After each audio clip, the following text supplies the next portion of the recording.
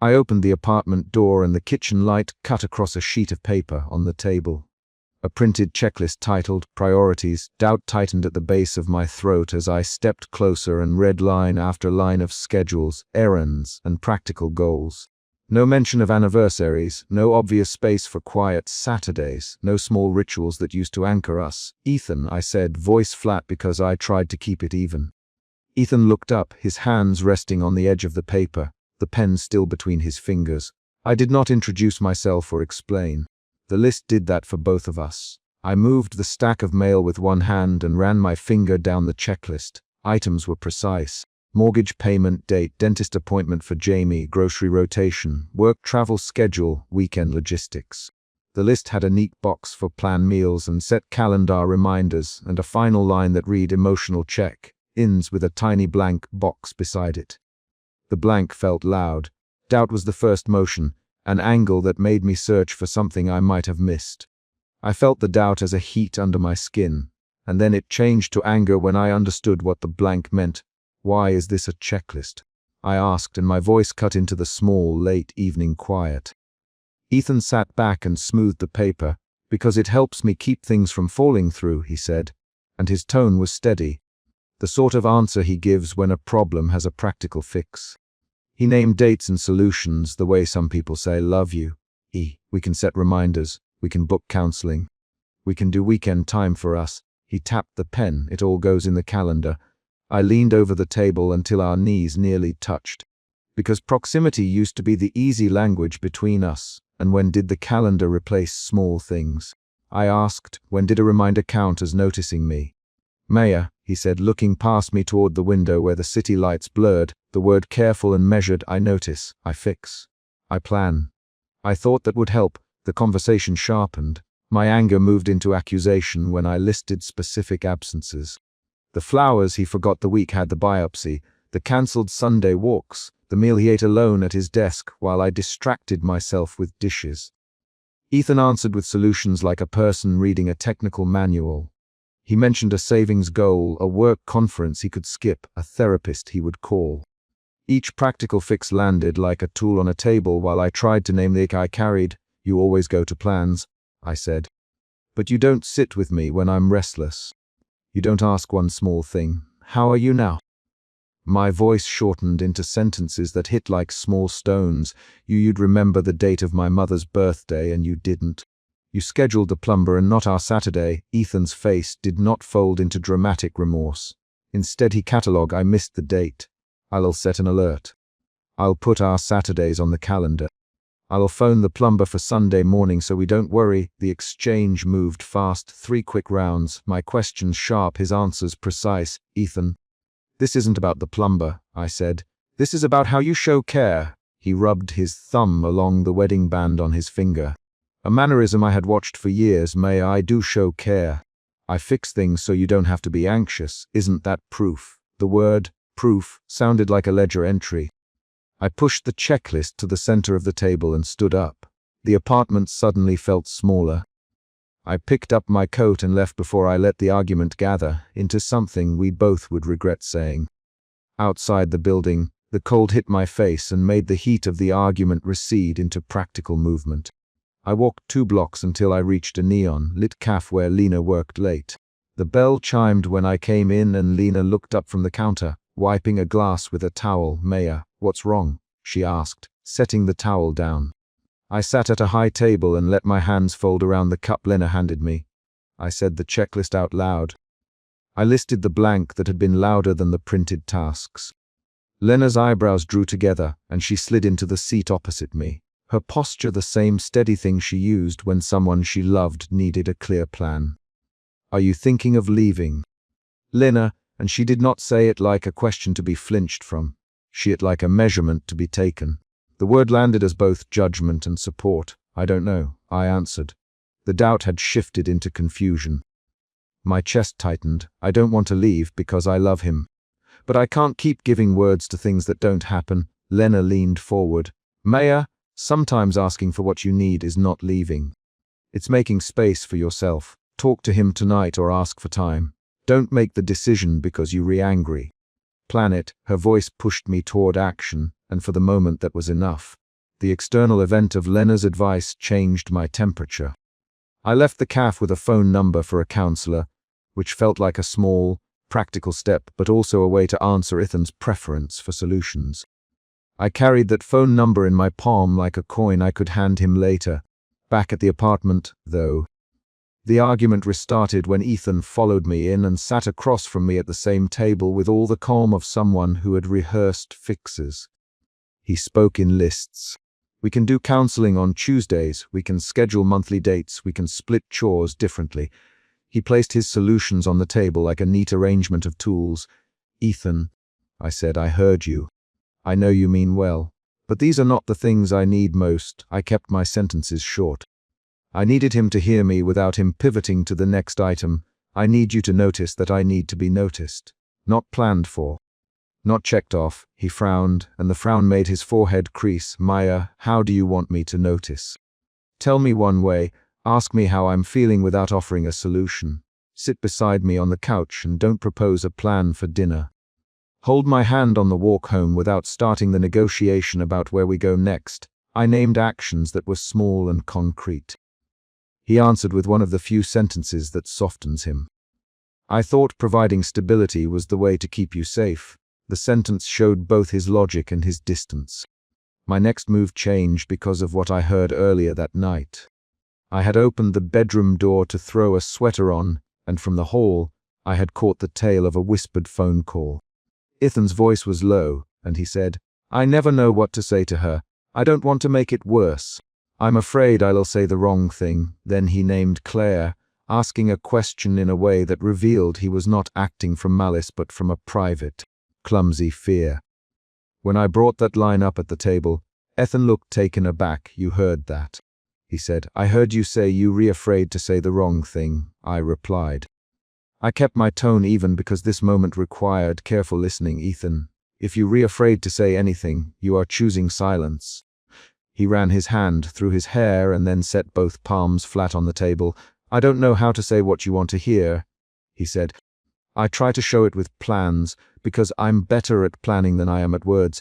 The revelation shifted my anger into something softer and more complicated. Pity. Then frustration. I touched my thumb to the edge of the checklist. You think a calendar will fix the way I feel inside.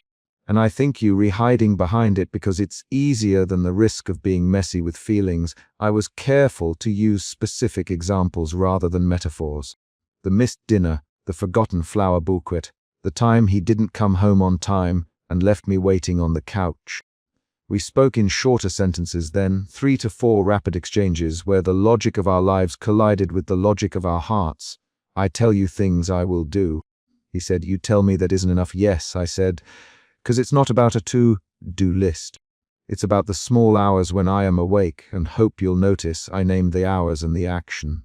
Sitting up at 2 a.m. with a headache and hoping he would come and hold the glass of water without being asked. He swallowed. Maya, tell me what to do now. Tell me. The demand made me notice how tired I was of telling him what to do. Telling had become the work of our relationship. I thought of Lena's practical advice and the counselor's number in my pocket. I thought of my own need to preserve myself rather than keep patching frayed edges. I need time apart, I said finally. The words left clean and the apartment held them like a new object, not forever. I need a week. I need to live in my rhythm for a little while to see which parts of us were habit and which parts were choice. He stared at me as though the phrase had weight he had not considered. Time apart.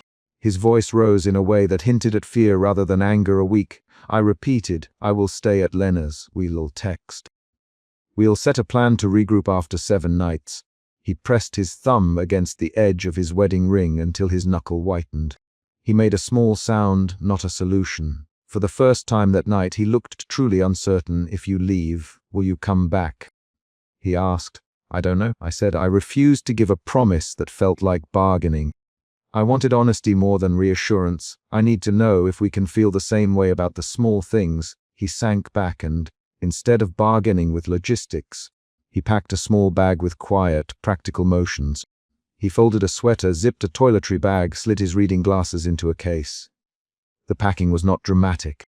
It was mechanical, the way someone performs actions to steady themselves. By the time he had a small carry bag by the door, my fear had changed into a different motion. Resignation edged with relief. The act of packing was his acceptance of the time apart, and it let me complete the choice I'd already made. I sat on the edge of the bed and watched him tuck a book into his bag. Our movement became a string of domestic actions that had always defined us. The way he folded shirts, the way I smoothed creases, each small action felt heavy because it meant goodbye in increments. He paused and looked at me. "Maya, I didn't want to hurt you. I only wanted to keep things from falling apart." He kept his voice measured. I said, "I know you think fixing is the way to keep us safe. But I can't live on a schedule of good intentions." He nodded once and then zipped his bag closed. Neither of us spoke for a long breath. The bedside lamp hummed. I felt a shift in the room's geometry, not metaphorically, but physically. More space between the lamp and the edge of the bed, a suitcase on the floor where there had once been 2 pairs of shoes. I packed a small bag of my own after he left the room for a moment, folding the thin gold pendant I always wore into a fabric pocket.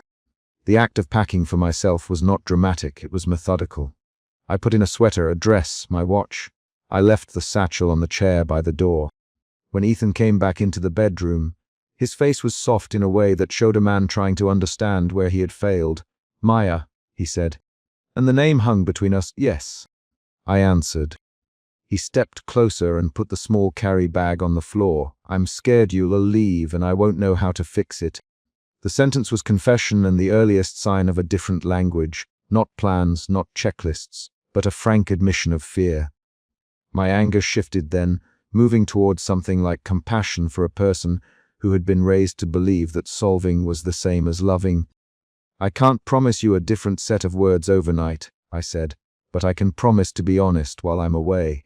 I can promise to answer your calls and not to make any quick decisions." He exhaled and then, in one awkward motion, he took my hand and touched the thin gold pendant against my chest. His fingers trembled slightly. That small tremor looked like regret. We did not make grand declarations. We arranged a time to check in. We did not attempt to fill the empty line on the checklist with a false tick mark. Instead, we put a calendar reminder labeled "Return Talk" on his phone and on mine. In the early morning light, I made coffee because I could not leave without a small, deliberate routine that belonged to me. I ground the beans, measured the water, and set 1 cup on the table. The motion of making coffee was not symbolic. It was a way to anchor myself to the simple fact of being awake and choosing an action.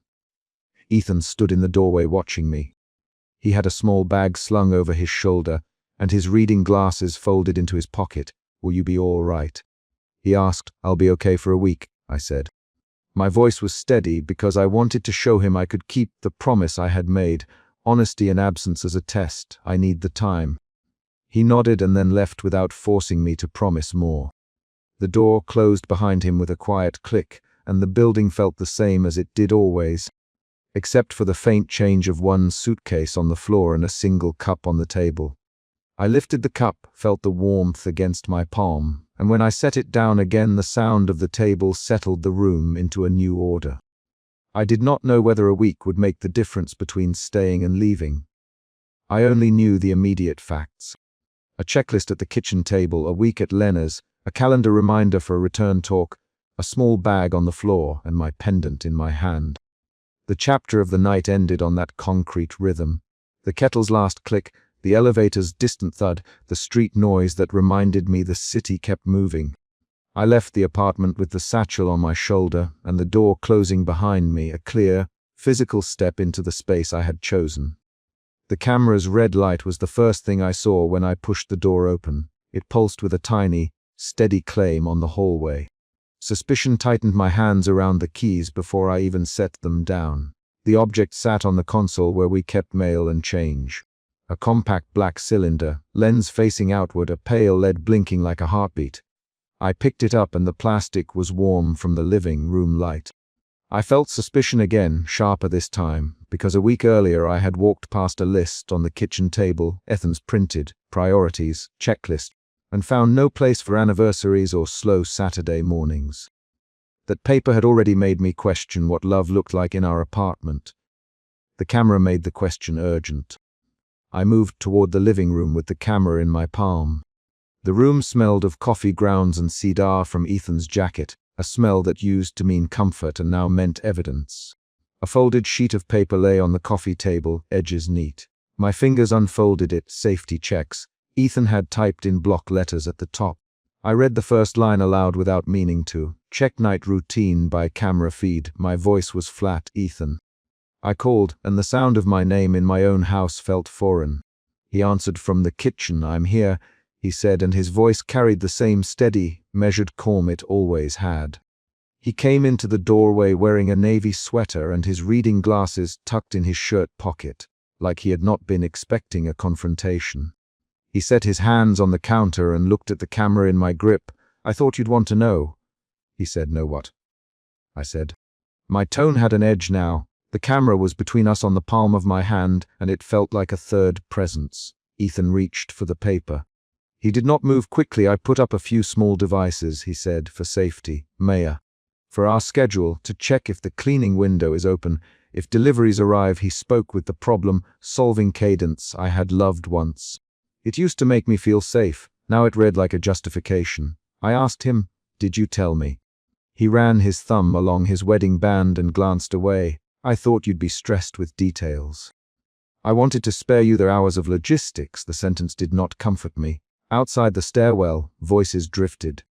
Jenny's silhouette appeared at the apartment door, framed by the stair light. She pushed the door further open and stepped in. Maya, I heard a shout, she said. She had keys in a grocery bag slung over her arm. Her eyes landed on the camera and she frowned. Someone's been bringing packages in the last week. I thought they were just boxes. Jenny, I saw a man with small cases twice. Her words pushed the scene sideways. Suspicion spread along the walls. I folded my arms and pressed the camera lens flat against my palm like holding a small, sharp coin. Jenny's voice made the possibility of deliberate installation concrete. I could feel the shift from private confusion to a public violation. I asked, when did you see him? Jenny named the day and time. I repeated it out loud and pinned it to the evening I'd been at a gallery opening. The chronology matched. My stomach tightened. Ethan sank onto the sofa and studied his hands. I organized maintenance that night, he said. Alvarez came by to check the wiring after a complaint about the hallway light. He did not say why he had asked for the check. Meh.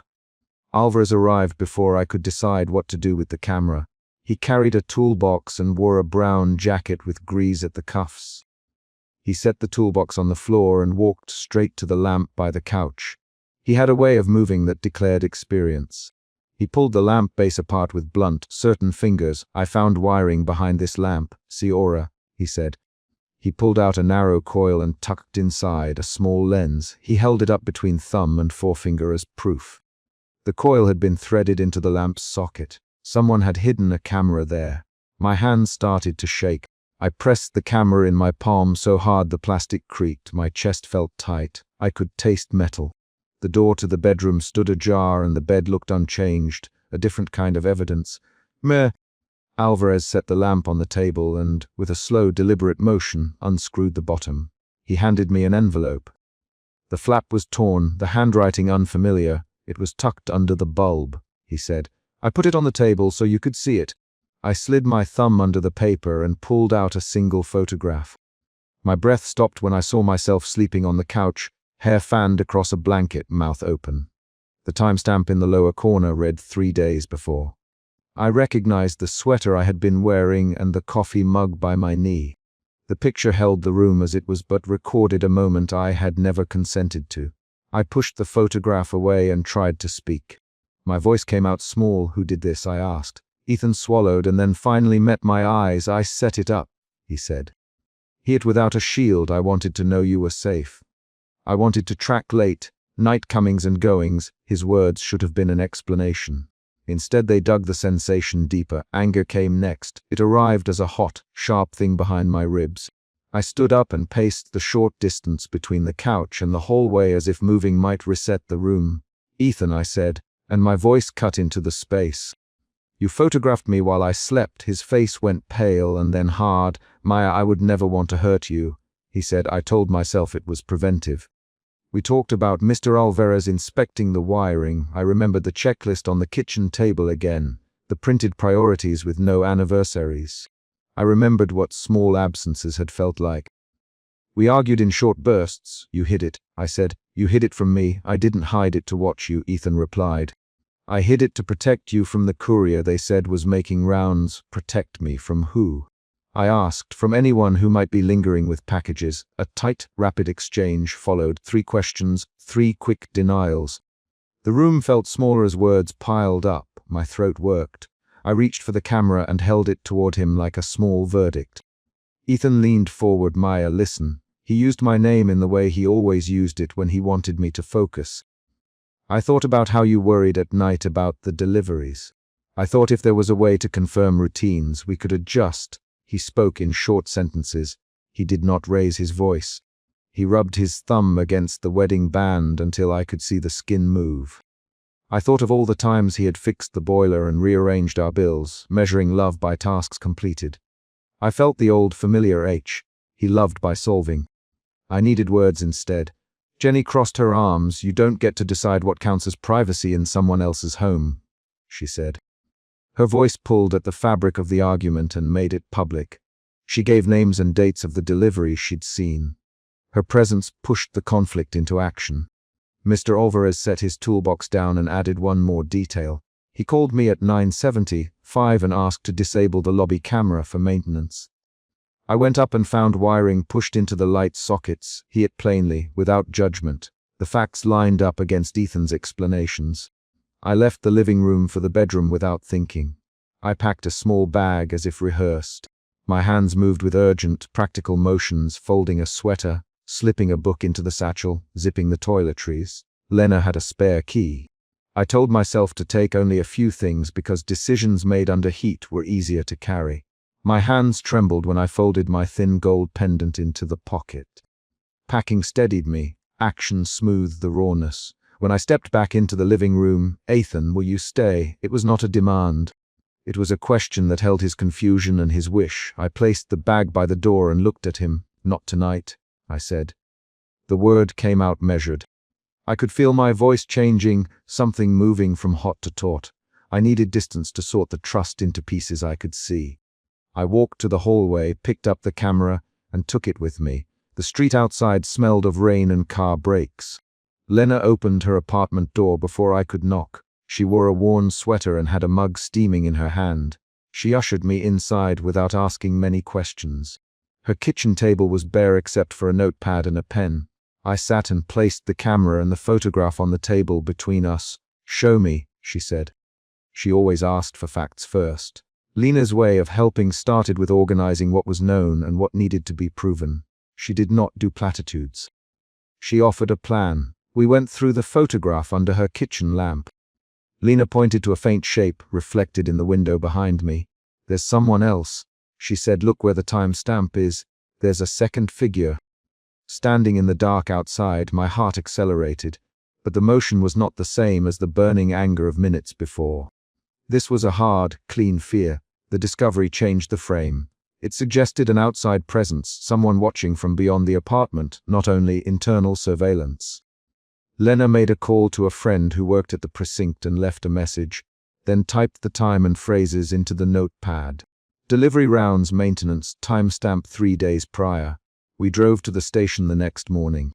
The car's heater hummed and the city flowed by in small, ordinary movements. At the precinct we sat on metal chairs while an officer took our statement.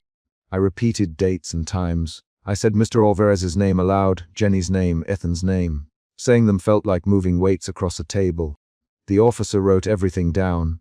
He, if we wanted the photograph, entered into evidence. Lena, yes, without hesitation. The process made the violation into something recorded, audible, and public. Back at Lena's, we layered the evidence on her kitchen table and compared it to the printed schedule I had found. The checklist had items like groceries Thursday, a cleaning Friday, with times and shortened for errands. There was no affectionate note, no mention of our anniversary. Ethan had arranged responsibilities into blocks of hours and then arranged devices to verify the blocks. It was a form of control disguised as care. I could feel anger and grief interchange like two hands passing an object. We found another detail in the photograph when we enlarged it on Lena's laptop. In the window's reflection, a small flash of metal flashed near the figure's hand, a thin, silver case like the ones Jenny described. The new evidence altered the story again. If someone else had been present, Ethan's actions were not only about protecting against a delivery courier, but also about dealing with a stranger who had been near our door. That knowledge moved my fear into a different shape. It taught me there were dangers I could not solve with lists. When we called Ethan that afternoon, he answered on the second ring. His voice on the phone had the same steady tone it carried in the house, but it sounded smaller through the receiver. "Maya," he said, "are you at Lena's?" I could hear the way he said my name. I told him where I was. "Ethan," I said, and I kept my voice controlled. There was a second figure in the window. The words landed and changed him. There was a pause long enough that something unspoken moved between us. I didn't know about that. I could hear the strain. If he could come over and explain. When he arrived, he stood in Lena's doorway, hands in his pockets. He had an extra pair of reading glasses in his hand. Jenny was there now too, crossing her arms while Mr. Alvarez waited at the counter with a mug. The room felt crowded with names and proof. Ethan began with the same problem, solving rhythm. I called Meh. "Alvarez," because the hallway light flickered, he said, "I didn't expect any of this." Lena cut in. "Ethan, the packets Jenny saw matched the case in the reflection." She spoke plainly. Mr. Alvarez added, "And you requested late maintenance the evening they arrived." The facts kept returning and closing the circle. We had a short, sharp back and forth with 3 quick exchanges where accusations bounced like a ball. "You cooked up surveillance," I said. "I wanted to know what was happening." Ethan replied, "You hid it." I said, "I wanted to protect you," he said. The argument unfurled in rapid lines, each name a stake driven into the floor. I felt my hands clench and unclench. Lena put a hand on my shoulder, then withdrew it. She did not try to stop the argument with platitudes. After the argument, Ethan stepped away from the group and sat at the kitchen table. He looked older than his 34 years. He rubbed his forehead and then spoke with a voice that lost its usual control. "I thought I could fix the worry," he said. "I thought if I verified patterns, the surprises would stop." He kept his sentences short. He did not ask me to stay. He did not beg. He simply outlined a logic that had begun with spreadsheets and ended with a camera lens aimed at the living room. I noticed how his hands moved when he searched for the right words, fidgeting with the edge of the table, rubbing the band on his finger. Lena suggested we make a plan, document every device, call the precinct, change locks if necessary, and compile a timeline. She wrote the steps on the notepad and handed it to me. The list made the problem smaller in one way. It parceled it into actions I could take. I felt a movement inside me from fear toward method. The emotion shifted again from suspicion to anger to fear and then to careful, guarded resolve. I said the steps aloud and assigned tasks. Jenny agreed to check with neighbors. Mr. Alvarez offered to come by again and secure the wiring. Ethan wrote down dates for the times he had authorized maintenance and promised to give me full access to the camera feeds and passwords. I listened to the promises and felt them land with different weights. Some felt like items on a ledger. Some felt like attempts to repair glass after a stone had shattered it. I asked Ethan to show me the maintenance emails. He opened his phone and scrolled, producing timestamps and messages. The emails contained terse notes to Mr. Alvarez and a scheduling service. I read them and found no clear admission that he had intended to record me. The evidence made the moral question look different. Negligence, secrecy, and perhaps a misplaced attempt at care. While we worked, Lena left the room for a moment and returned with a small recorder. She had learned basic forensics from an old job and wanted to make sure nothing went missing. She tapped the recorder on and said, "I want to be sure we have a clear record of what you say." "Ethan," he nodded and began to speak slowly, answering direct questions about his intent, the devices he ordered, who he paid, and who else might have had access. The courier was a rumor he'd heard at work. He mentioned a vendor name and that he had authorized a technician to install units labeled for safety monitoring. He did not mention anyone else he suspected. When night fell, I sat at Lena's kitchen table and looked at the photograph again. I traced the edge with one finger. The living room looked the same in the picture as the living room in my memory, but the act of being watched had turned ordinary objects, cushions, a mug, a blanket, into evidence. I felt the smallest movements in my body, a jaw clench, a hand brushing at my collarbone, breathing that was controlled but shallow. Lena made tea and left it on the table. She did not offer a clean solution. She offered next steps. We decided to ask a private investigator to check the timestamp and to pull records of deliveries in the building. Jenny called around her contacts and came back with a new detail. The building's intercom log showed a delivery at the time of the photograph, but the name provided did not match the small silver case in the reflection. The mismatch narrowed possibilities but opened others.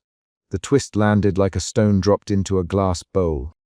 There was someone else moving around our building, and their presence changed everything Ethan had tried to fix. I slept on Lena's couch that night, but not like someone restored. I slept because exhaustion finally closed my eyes, and I woke with the photograph on my chest. In the morning, while Lena made coffee, my phone buzzed with a single new message from an unknown number. We saw the camera. Stop looking. The message had no name. It made the danger bite into the present. Lena read it over my shoulder and then dialed the precinct again. We agreed not to confront anyone without more evidence. In the hours that followed, Mr. Alvarez returned and inspected the lamp bases in our apartment again. He found another thin cut behind the bedroom sconce where wiring had been threaded but not yet completed. He held the loose wire between gloved fingers. Someone planned more than one lens, he said. The new discovery made the violation larger in scope. It suggested preparation and repetition. I thought of the checklist in the kitchen and the gap where small, human calendars were missing. I understood then that our private life had been catalogued in ways I had never consented to. At dusk, as Lena and I stacked the evidence on the table once more, my phone chimed with a local number. I answered it. A voice I did not recognize said only one thing. We can help you find who was in the reflection. Come to the corner cafe on 3rd at 8. The line went dead. I told Lena and she closed the notepad. Her fingers rested on the paper, pressing the ink to the page like pinning a map. The invitation felt like both promise and new danger. I looked at the photograph again, and the tiny figure in the reflection seemed to wait. I picked up my bag and reached for my pendant. I had decided to keep it, to hold something of myself in a place that had been violated. Lena stood and hugged me without many words. Jenny stayed to watch the apartment with Mr. Alvarez and to ask neighbors more questions. Ethan stood in the doorway for a long moment. He did not move toward me. Maya, I will cooperate. I will do whatever you need. The plea was simple. I held my satchel strap and felt the leather under my fingers. I stepped out into the evening and walked under lights that threw hard rectangles on the pavement. My phone felt heavy in my pocket. I had a meeting with the private investigator set for later, a plan to meet the unknown caller at the cafe, and a list of next steps Lena had written for me. The emotion that carried me was not simple anymore. It shifted under my feet from suspicion to anger to fear and toward a careful determination to document, to act, and to insist on boundaries. The night held both the immediate need to protect and a rising question about who else had been watching. A single knock sounded at Lena's door as I reached the stairwell. It was soft and precise. I let the bag drop onto the step and turned. I set my bag down at the curb and froze. A compact moving truck idling, Ethan on the front steps, a plain envelope and a set of keys in his hand. Suspicion tightened my throat, so I had to breathe slowly to speak. Ethan, I said, and my voice sounded raw from the early shift. He did not smile. He held the envelope out like a small, unavoidable fact. I tell myself I should have expected something after the checklist on the kitchen table. The printed sheet labeled priorities had been the first concrete sign. Dates, errands, budgets, everything neat, everything scheduled, no anniversaries, no mention of the quiet dinners we used to plan. Then I had found the little black camera on the console, its tiny red light breathing like deliberate proof that someone had set a watch on our hallway. Those discoveries made me pause, but standing on the stoop with the truck engine warm beneath our windows, the problem was suddenly immediate and physical. Why are there movers here? I asked. My hands went to the straps of my bag as if I could grip stability. I kept the question short because I wanted an answer now, not later. Ethan set the envelope on the stair rail. He folded his fingers around the keys. They rescheduled for 9, he said. I thought you'd agree this was the cleanest way to handle it. His voice was calm. His posture was steady. The calm made me angrier. Anger pushed through suspicion like heat. I stepped up onto the landing and closed the distance between us so the movers could not pretend it was only logistics. Naomi's name clicked in my head. She knew how to find things when I did not have the energy to look. But first I needed to hear it from him. Ethan, what is going on? I asked. You signed the lease. You called movers. My sentences came faster. Tears pricked. I blinked them away. Ethan rubbed his thumb along his wedding band once, the way he does when he decides on a plan. Maya, I sent you an email about splitting responsibilities and addressing what wasn't working. We both need something different. I set up a place for you while we arrange details. He put the words out like a ledger, like a line item. A place for me, I said. My hands curled into the straps of the bag until my knuckles whitened. Ethan, you don't tell me you set up a place for me. You tell me you love me. You don't sign leases without saying those words to my face. My voice sharpened.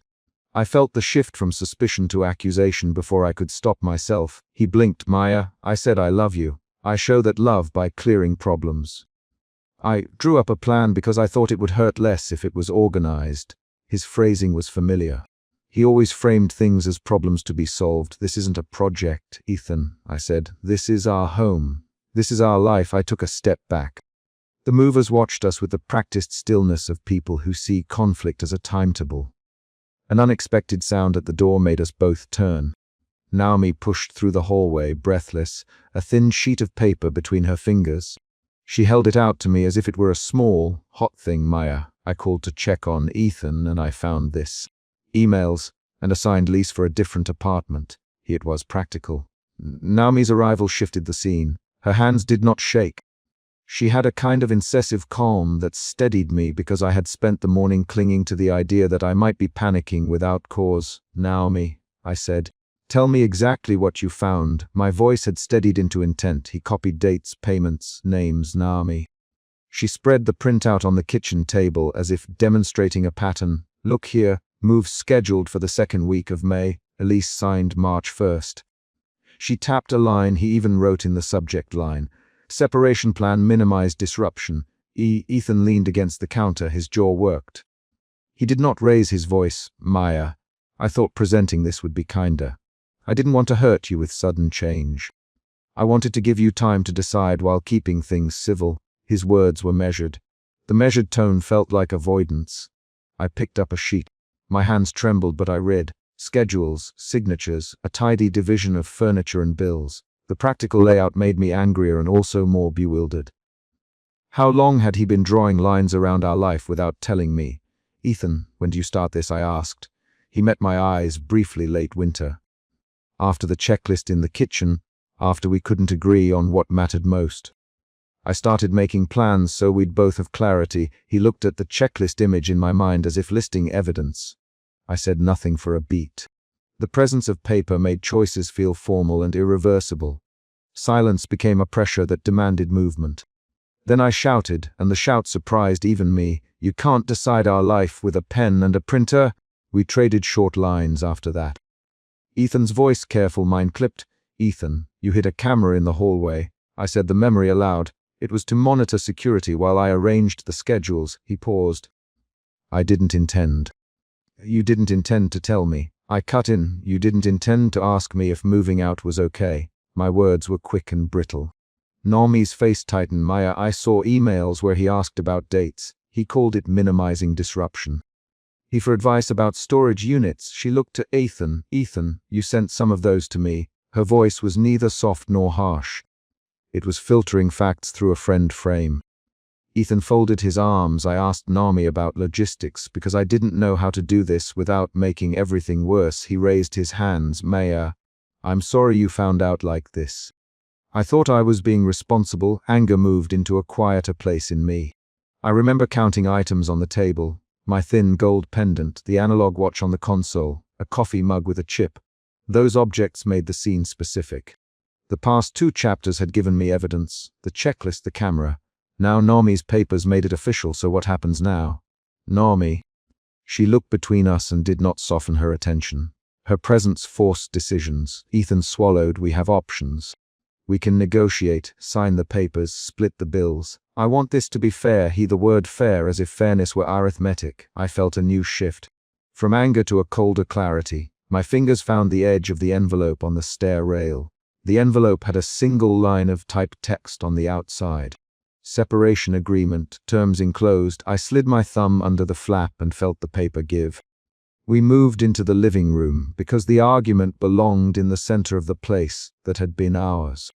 Sunlight through the windows warmed the sofa, but did not make the scene gentle.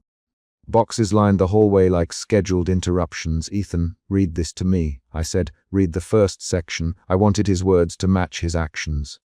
He opened the envelope carefully, like someone unfolding a contract with a signature that could not be taken back. Papers shuffled. I'll read the first paragraph, he said, and began. This agreement outlines the terms of property division, financial responsibilities, and a timeline for relocation. He did not stumble over the words. Naomi sat on the edge of the kitchen chair and watched me. Her eyes were steady. Maya, he asked me to look for places because he was worried you'd react badly. He thought if I found options, you'd be calmer.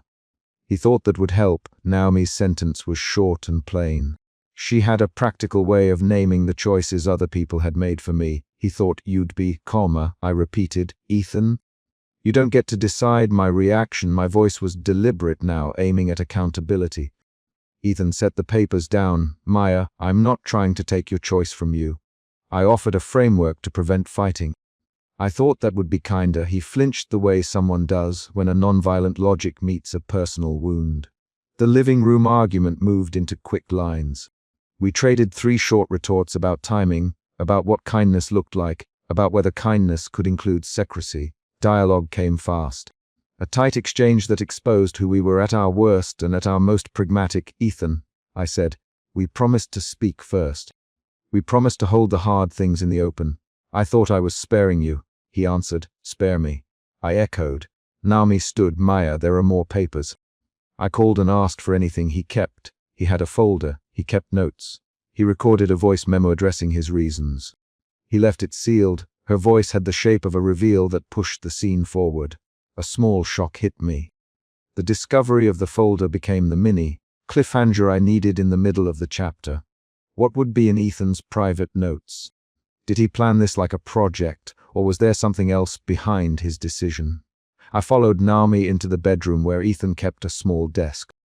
He closed the door behind him without shutting it, as if that action kept the choice from escaping. On the desk a sealed manila folder waited, stamps of dates across its edge. Naomi handed it to me. My hands shook when I opened it. Inside were pages of logistics and, folded beneath them, a small recorder with a label in Ethan's handwriting. Reasons. March 12 he had recorded his own explanation. I pressed play. Ethan's voice sounded strange over the small speaker, steady, clinical, measured. He listed bullet points. Misaligned priorities, different social needs, a fear of dependency, an emphasis on stability over spontaneous affection. He spoke about his wish to avoid dragging out conflict and his belief that arranging things would reduce harm. Hearing him describe our life in those clinical terms changed how I felt. That clarity made the next shift, from cold acceptance back into a rawer, smaller grief. He had made a decision, he had organized it. The difference between a momentary failing and a deliberate choice landed like a weight I had to carry. Ethan, I said when the recording quieted. You recorded your reasons and dated them. You treated leaving like a checklist. Why didn't you say any of this to me directly? He crouched by the bed and looked at the recorder as if it were proof of intent. I was afraid the conversation would be messy and make you react in a way that would hurt both of us. I thought the recorder would let me state things without the heat of the moment. He used the same logic he used for schedules. You feared the mess, I said. You feared my reaction, so you planned around it. My sentence was short, trying to pin cause to effect. He inhaled. I wanted us to leave with dignity. I wanted a clean transition.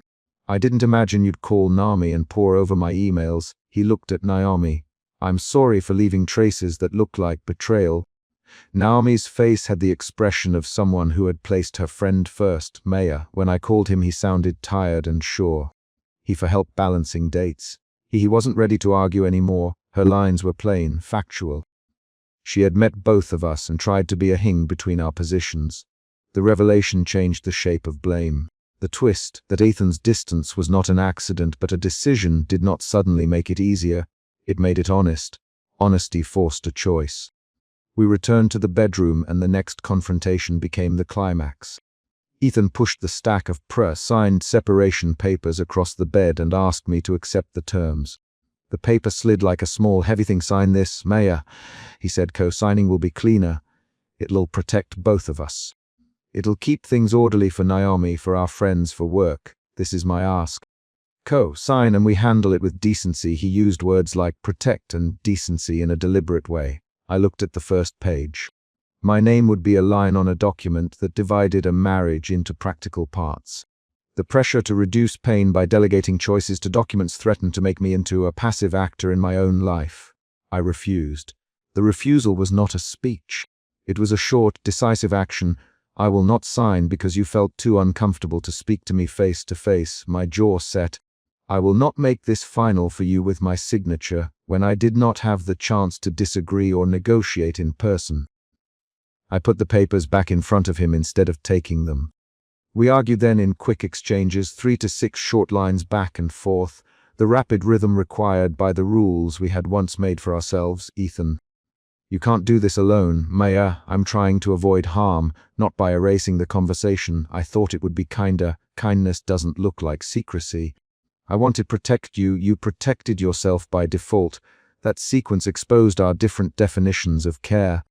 Ethan's voice broke once. "Maya, please. I don't want this to be messy. Sign now and we'll settle details civilly." He reached for the papers, but his hand stopped above them. I heard a new sound then. The movers at the door moving a box, the thump of a crate shifting. Those mundane sounds made the split feel immediate. The apartment was no longer an abstract emotional space. It was a place where boxes collected meaning. After I refused to sign, the household shifted into the work of separation. Movers consolidated items while Naomi packed a small bag for me. She folded my sweaters into a stack and tucked my well-worn leather satchel between them, as if she wanted to preserve the person I would be when I stepped out. Naomi kept her sentences short and practical. "Maya, take this jewelry box. Leave the framed photos for now. I'll keep them safe until you decide." She handed me the thin gold pendant in a small felt pouch. Her actions said more than any speech about care. The packers asked questions about what to take and what to leave. I answered in clipped lines. Every instruction made the separation more concrete. The movers labeled boxes with numbers and destinations. The labels turned meaning into logistics. A kitchen, essentials. A bedroom, seasonal. The translation from home to inventory felt clinical. At noon, when boxes lined the foyer, Naomi handed me a steaming cup of coffee and sat with me on the stoop. The sun had climbed higher and warmed the concrete, but my body still felt cold from earlier arguments. I dialed my therapist and waited for the call to connect. Listening to a therapist over the phone is different from hearing a friend. It's listening to a voice that tracks cause and effect. "Tell me what happened," the therapist said. I told the condensed version. The truck, the keys, the envelope, the checklist. The camera, Naomi's printout, the folder, the recorder. I spoke in precise sentences because I needed to order facts for myself. The therapist's responses were calm, almost clinical in their steadiness. "Maya, your suspicion led you to check. Your anger followed when you found action taken without your consent. Now you are moving toward a decision point. Can you name what you need from this next step?" she asked. Naming needs is harder than listing dates. I inhaled and gave a short answer. "I need to know I had a chance to refuse a plan made for me. I need clarity about whether this was an attempt to protect or an attempt to avoid pain." Those words were specific. They were not triumphal. They for a boundary. The therapist suggested a language for the moment, that Ethan's steps could be seen as a mismatch of needs rather than a moral failing. Those sentences reframed the situation in a way that softened blame but held accountability. It shifted me from raw accusation to a clearer assessment of differences in how we give and receive care. After the call, I felt a different kind of quiet. It was not comfort, it was a new clarity that allowed me to make decisions without the heat of anger. Naomi handed me my small leather satchel and zipped it closed for me because my fingers had started to tremble again. The movers carried the last labeled box down the hall. Ethan watched them go with an expression that was hard to read. He did not come downstairs. He watched from the threshold like someone observing the consequences of a plan he'd set in motion.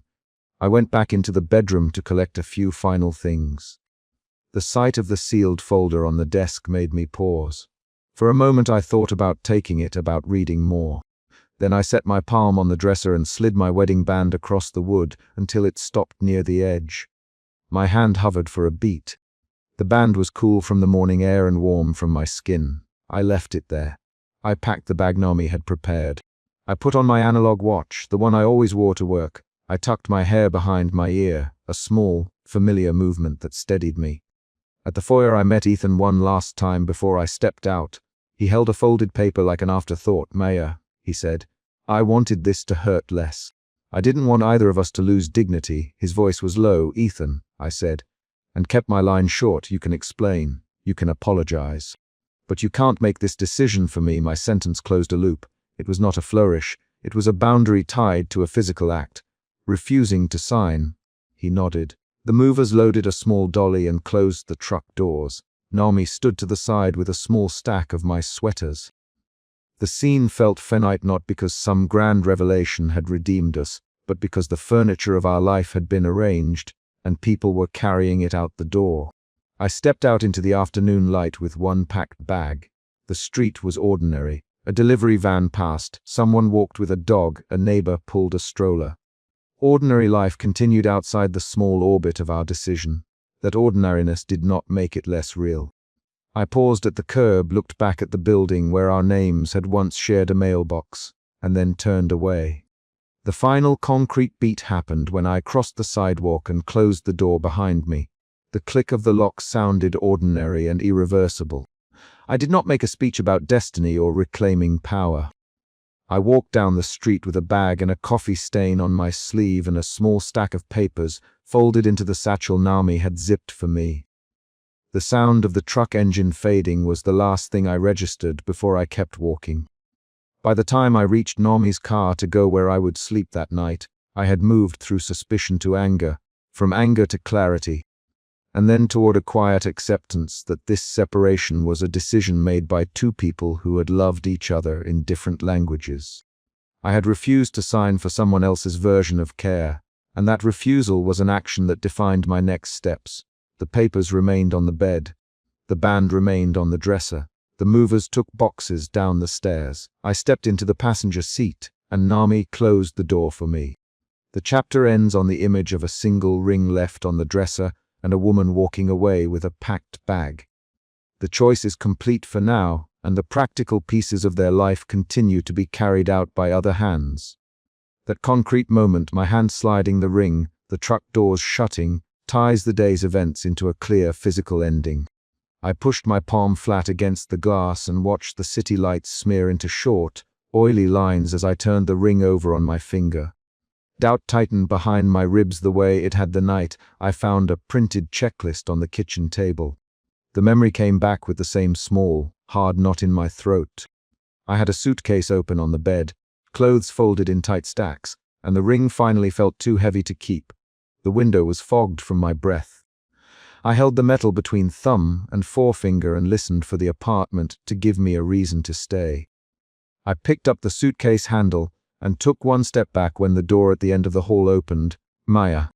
Ethan's voice was low, deliberate, the kind of tone he used when he wanted to ask a technical question rather than start a fight. He stepped into the bedroom in the same shirt he'd worn the evening before, neatly ironed, sleeves rolled to the elbow. He did not move like someone who had planned a conversation. He moved like someone who had rehearsed an answer. I set the ring on the windowsill with 2 fingers and let it click against the wood. "Ethan," I said. My voice came out flat. I did not let him cross the room. "I'm leaving." The statement landed as a practical fact. It hung between us with the same bluntness as the checklist I had found on the table weeks earlier. Schedules, errands, dates, maintenance, and planning prioritized over the small things that had kept us together. I felt the old anger under the doubt, a clean pulse of it that sharpened my sentences. Ethan's jaw moved. He rubbed his thumb along his wedding band. Maya, wait. He began, and the sentence fell into the space between the suitcase and the windowsill. He stepped forward, then stopped. The weight of his hand on the banister downstairs was a different kind of movement than mine. I thought of the tiny camera we had found facing the hallway. I thought of the envelope and keys he had held on the moving truck steps.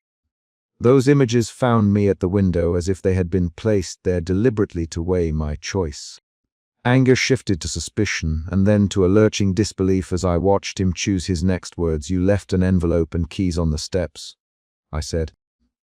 You packed a truck. You gave me a list like we were rearranging a calendar, not a life. What was that, Ethan? I folded my hands around the ring again so my fingers would stop shaking. Ethan's face tightened.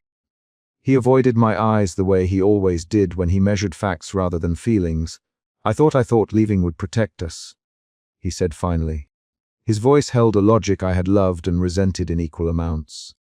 Clean, reasoned, hungry for a solution, I was trying to stop us from failing in front of each other. I couldn't. He stopped, broke off. A small, rusty sound of a withheld plan. His mouth made a line I knew too well, protect us. I stepped around him and set my hand on the bed frame. You think packing a truck and hiding a camera is protection. You think erasing anniversaries and leaving a schedule instead of remembering the night we met is how you keep us safe. I kept my sentences short. He flinched when I used the word camera. The red light had been a particular wound. You sat in the hallway and watched us sleep, Ethan. You watched us from a lens. How is that protection? Ethan's reply came quicker now. I didn't watch to hurt you, Maya. I wanted to understand when I couldn't hear you. You stopped saying things to me. The checklist? It's because I couldn't keep track of what you needed. I thought if I planned, I could fix the emptiness I felt in the house. The words were actions in themselves. Laid out, catalogued, offered as a repair. He spoke in the manner he used to fix a leaking sink. Identify the problem, propose a solution. The old shapes of our life moved through me. Two people who had become technicians of each other's days. I remembered the checklist on the kitchen table. A printed sheet titled Priorities with bullet points for bills, dentist work deadlines, and nothing about anniversaries. I remembered lifting the black cylinder off the console, its lens facing outward, a pulsing red light like an accusation. I remembered the moving truck idling and Ethan's envelope on the steps where he handed me the keys like a closing statement. Those were not metaphors. They were three events that had reshaped the argument between us. Ethan's hands found his pocket. He took out a folded piece of paper and set it on the bed between us. I left this for you, he said. I left it the night I packed the truck. I never wanted you to find it like this. He was careful with the paper the way he used to be with thin glass. I did not pick it up right away. I had already decided I would not be pliable to neat explanations. I wanted the facts in my hands. A knock interrupted us. The apartment door opened and Ava stepped in with an oversized tote and a travel mug clutched in both hands. Maya, she said, brisk and immediate.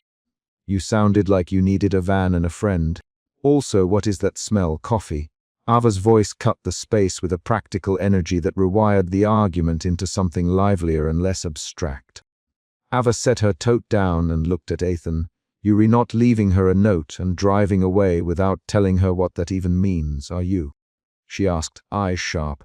She set her mug on the kitchen island with an audible thud that made the tile ring. Her arrival was an external event that moved the scene. She had always been a kinetic force in our life, the kind of friend who packed boxes and questions in equal measure. I handed the paper to Ava and stepped back. She unfolded it carefully, scanning the lines with the same concentration she gave to recipe cards. Her mouth tightened. Maya, this reads differently. Read it. She passed the paper to me. I pulled it open and read.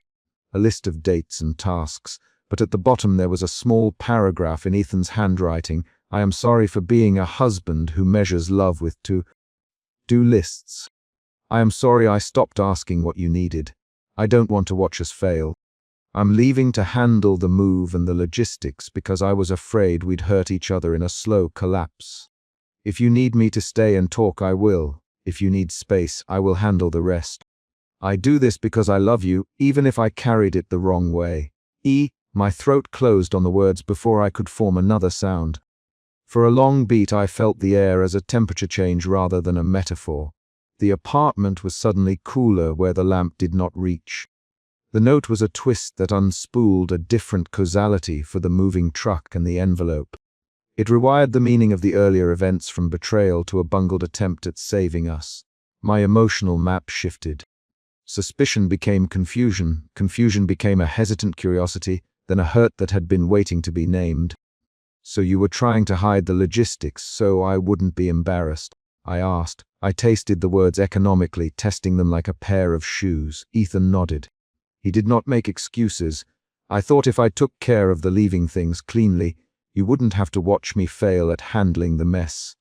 I thought. He broke off and looked at Ava as if she might adjudicate him. Ava put her mug down and crossed to the window. "Ethan, the camera is its own problem. You do not get to watch her life and call it protection. You don't get to decide when it's time to leave without telling her." Her voice had a bluntness I had learned to trust, but... She turned to me. "Maya, he wrote that he was trying not to let you see him unable to fix things. That's clumsy, but it's not the same as cold betrayal. It's practical fear dressed up poorly." The exchange changed the room's coordinates again. My anger returned but altered. It now had edges of pain softened by a trace of relief that the moving truck might not have been a deliberate abandonment.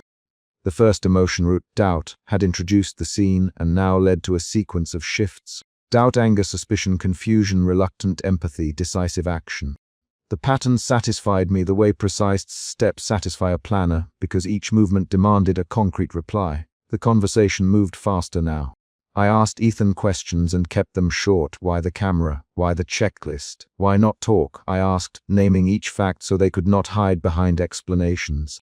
He answered in the clipped solution, making voice he used for budgets and schedules. I thought if I had data, I'd know when to step in. I thought the checklist would remind me to show up the right way. I failed to understand what you needed because I measured love by making things right. His hands opened and closed. He looked like a man explaining a broken appliance to a neighbor he still wanted to impress. There was a rapid exchange then, a small argument in quick rounds that rattled through the apartment like a tight volley. "You can't record me, Ethan," I said. "You can't make a ledger out of us. You stopped saying anything to me, Maya. You stopped telling me the small things," he replied. "I can't read silence, Maya. You could have asked me." I said. "You could have sat with me. You chose to plan me away. I was trying to keep you from watching me fail at keeping us together." He shot back. "I didn't want to be the reason our house fell apart, but you did it without me," I said. "That's the failure. Not the failing itself, but doing it without me." There were 4 quick turns. Each line was short. Each name appeared. The challenge of the argument was not the vocabulary. It was that we kept circling the same memory with different labels. Ava stepped in before it could loop. "Stop circling. Give us specifics. Ethan, what would you have done differently? Maya, what do you need that he hasn't given you?" She set down her bag and pulled a small spiral notepad out, the way surgeons produce lists. She had practical questions that forced us into answers. Ethan looked at me, and for the first time in a long time he did not measure his reply in solutions. I would have asked how you wanted to be remembered on random Tuesdays. I would have left notes about why I loved you, not schedules. I would have listened, Maya. I see that now. I tried to hold the house steady with tasks instead of sitting with the hard stuff. I thought fixing things meant love. I was wrong. His voice was quieter. It was not an apology that dissolved into performance. It was a statement of a mistake made in the grammar of his life. The apartment held its breath in a different way. There were no theatrical gestures, no grand declarations. Ava handed me a travel mug from her tote and a paper towel. "You can't decide in one beat whether this is enough," she said. "Practical. But you can decide whether you're going to accept words and actions together. You can decide whether to let him prove it, or you can decide to leave. Either choice is yours." She met my eyes as if she could see whether I would choose the door. I thought of the checklist again. I thought of the red light on the little camera blinking like a small verdict. I thought of the moving truck and the envelope he had offered on the steps as if giving me a script. The note changed one fact. It showed intention that could be read as care. The twist was not a vindication, it was a complication. It forced me to reassess pain alongside possibility. An unexpected discovery came when I lifted the envelope Ethan had handed me at the curb. Inside were 2 printed pages of a timeline he had prepared. Dates for movers, a list of repairs he planned to schedule, a note about pausing shared accounts temporarily so I could have time to breathe. Tucked inside was a photograph clipped to the corner. It was us on a ferry, hair windblown, laughing. The picture looked deliberate, as if he'd kept it to remind himself of a better balance. My reaction shifted again, from sorrow to a stinging gratitude that surprised me. You kept a picture because you thought we could be fixed by logistics and a memory. I asked. Yes, he said simply. I kept a picture because I couldn't hold the moment in my head. I needed evidence, I wasn't making it up. He rubbed his thumb along his band and looked at me as if trying to gauge whether I would believe him. By then the argument had become a negotiation of small facts and a revelation of motives. The camera remained its own problem. The checklist could not substitute for touch. The moving truck could not replace a conversation. Still, the note introduced a change, a plausible, imperfect intention. The change made the stakes specific instead of abstract. It demanded concrete responses. I packed another sweater into the suitcase while Ethan sat on the edge of the bed and Ava stood with her arms folded. My hands moved automatically. Action settled my breath. If you leaving because you afraid we'll fail in front of each other, then stay and learn to fail with me. Ethan, I said. My voice had narrowed to a single line of negotiation. If you leaving because you think absence will fix us, then go. But don't leave me a checklist as a goodbye and call it care. Ethan's reply came quickly, the rush of someone who had rehearsed the second act. I will stay if you'll let me try to be different in specific ways. If you will let me show up without a plan to hide behind. If you will tell me when I fail and give me a shot to repair it. If not, I will finish what I started and handle the move so you don't have to watch me fall apart. But I will not leave without telling you why I did it this way. He named terms. He set the conditions of trust in the language he knew best. Offers and counteroffers. We had a sequence of short paragraphs, action and reaction. Ethan listed 2 concrete changes he would make. Ava proposed steps for mediation and a therapist recommendation clipped from her phone. I asked for 1 month of small rituals. A weekly dinner where phones stayed in a basket, a written note left on the pillow on Sundays, a line in his day planner that was only about me. Each suggestion was a test. The climax arrived like a single bright cut. I slipped the ring back onto my finger, felt it warm under the skin, and then, with deliberate slowness, I slid it off and placed it on the bedroom table between us. I am not leaving because I want to punish you, Ethan, I said. I'm leaving because I can't live in a house where our language of care is broken beyond the point of easy repair. But I will let you try if you will stop measuring love with checkboxes and the camera. I need you to ask me what I need without assuming. The ring's metal made a small, exact sound on the wood. There was silence for a breath. Ethan moved so quickly I almost didn't see him. He reached out, then let his hand fall to his side. He did not grab the ring. He did not kneel. He held himself upright, as if the shape of the moment required steadiness rather than theatrics. I don't want you to leave because I failed to notice the small things. He said, if staying means real work, I will do it. But if you need to leave, I will help you pack and I will be present for whatever comes next. The words were simple. He included action as a promise. I locked the ring in my palm and turned away to the suitcase. Ava moved to the front door and started carrying boxes down the hall, calling back names of movers and arranging a car. Her hands were practical. She opened the building door and hustled me along. Maya, you'll feel grief and you'll feel fierce. Both are allowed. We'll get your boxes in the car. We'll find you the couch with a decent mattress. Come on, she steadied me with work rather than words.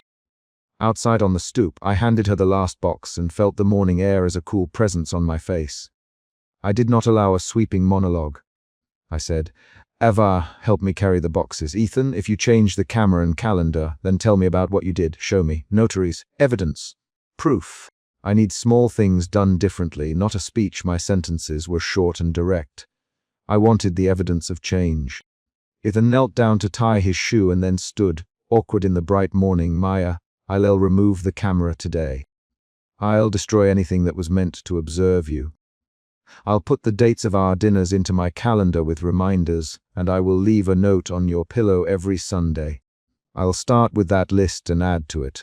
If you want proof, I'll write it and show it to you." He paused and then added, "Or I'll let you go and I'll handle the logistics. Either way, I'm accountable." I walked away with boxes in my arms, Ava at my shoulder, Ethan behind us making a sound that was close to a promise and close to a confession. The moving truck's engine idled a few doors down. The image repeated the earlier scene, but with different intent. The twist of the hidden note had reframed the earlier acts. It did not erase the hurt, but it placed the events into a new order where motive and result were separated and could be judged separately. At the curb, I set down a box and tightened my grip on the handle of the last bag. "Ethan," I said, turning to him one last time on the stoop, "if you are doing this because you love me, prove it to me in small, visible ways. Not tomorrow as a speech, today with a note, with an action, with removed cameras and a changed calendar. Show me. Let me see you fail and repair." Ethan nodded, a simple movement. "I will, Mayor." I promise." The sentence was a short one. He used my name. It felt like a contract between two people who had once treated their life like a shared set of instructions. Ava steadied my arm as we closed the car door. The goodbye was not melodramatic. It was a line of practical gestures. The last box placed in the trunk, the ring left on a small dish on the table, the picture of us clipped to the pages of his timeline. Ava started the engine, and the sound folded into the morning traffic. We drove away without looking back. The building receded into a rectangle of light in the rearview. In the new apartment a week later, I set a single coffee cup on the sunlit kitchen table. The cup had a small chip on its rim. The kettle clicked off behind me. I pressed my thumb against the chip and felt the roughness as if it were a fact I could hold. The house I had left was not a ruin. It was a place that required different words. I had left a ring on a table and asked a man to change the way he loved. Ava came over that morning with a load of mismatched towels and a sandwich she declared essential. "How are you?" she asked, unpacking cereal into the cabinet. The question was direct, not theatrical. I looked at the single cup and then at the small apartment that smelled faintly of jasmine and coffee. I felt sadness, yes, and also a steadiness that was not a slogan but a muscle I would have to use. I set the kettle down and poured water into the cup. The steam climbed straight up and condensed on the window. I did not reach for the ring because it was no longer on my finger. It was on a table someone else might see. That was a concrete consequence of a choice. The ring's absence on me and its presence on the table. The last paragraph ends on a small, exact movement. I picked the cup, lifted it to my lips, and heard the kettle click off behind me.